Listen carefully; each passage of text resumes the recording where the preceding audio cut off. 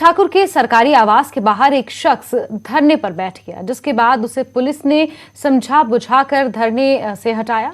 ये शख्स शिमला के ढली उपनगर में पंचर की दुकान चलाता है, जिसका नाम सुदेश कुमार है। सुदेश कुमार का आरोप है कि बीते 3 सालों से स्मार्ट सिटी मिशन के तहत चलाए जा रहे हैं काम की वजह से लोग निर्माण विभाग ने उनकी दुकान का रास्ता रोक रखा है और विभाग के अधिकारी बदले की भावना की वजह से परेशान कर रहे हैं।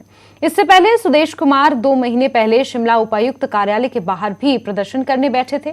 उस समय समस्या सुलझाने का आश्वासन मिला था, लेकिन अब तक समस्या जस की तस बनी हुई है। कितने टाइम से 17 से समस्या है जी। ना हिमाचल प्रदेश सरकार सुनती है, ना देश का कोई अधिकारी जो सरकारी कर्मचारी सुन के राजी नहीं है बिल्कुल भी। किस तरह की समस्या है आपको? समस्या है जी, रोजगार बंद किया हुआ। कैसे बंद किया? स्मार्ट सिटी का प्रोजेक्ट इन्होंने लगाया हुआ जी, डली मंडी के पास।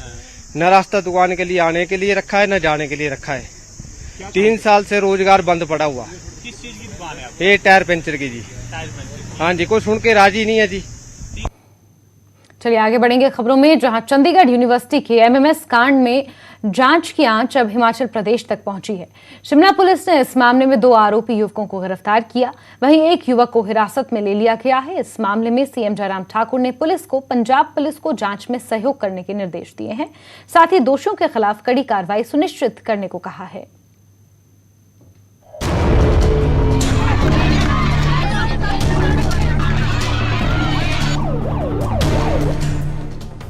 चंडीगढ़ यूनिवर्सिटी के हॉस्टल में छात्राओं के आपत्तिजनक वीडियो बनाने के मामले में हिमाचल पुलिस एक्शन मोड में आ गई है।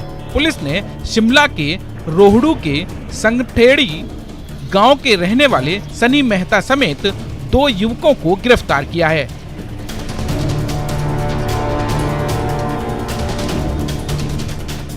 साथ ही ढली से 31 साल के युवक रंकुच को भी पुलिस ने हिरासत में लिया है। इस मामले में मुख्य आरोपी छात्रा भी रोहड़ू की रहने वाली है। इस मामले में सीएम जयराम ठाकुर ने हिमाचल पुलिस को साफ निर्देश दिए हैं कि वो इस मामले में पंजाब पुलिस की सहायता करे और मामले में दोषियों के खिलाफ कड़ी कार्रवाई सुनिश्चित की जाए।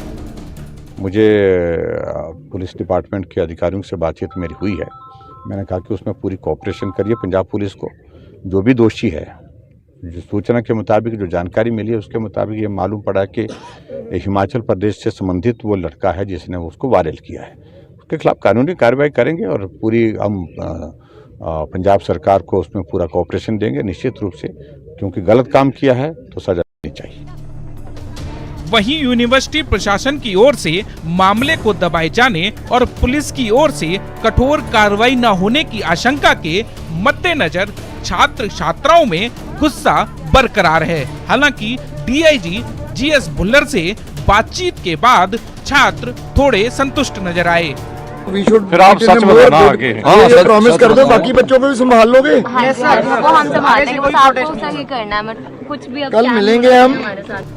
बता दें कि हॉस्टल की छात्राओं के आपत्तिजनक वीडियो भेजने के मामले में आरोपी छात्रा को भी पुलिस ने गिरफ्तार कर लिया है। पंजाब के सीएम भगवंत मान ने भी इस मामले में उच्च स्तरीय जांच के आदेश दिए हैं।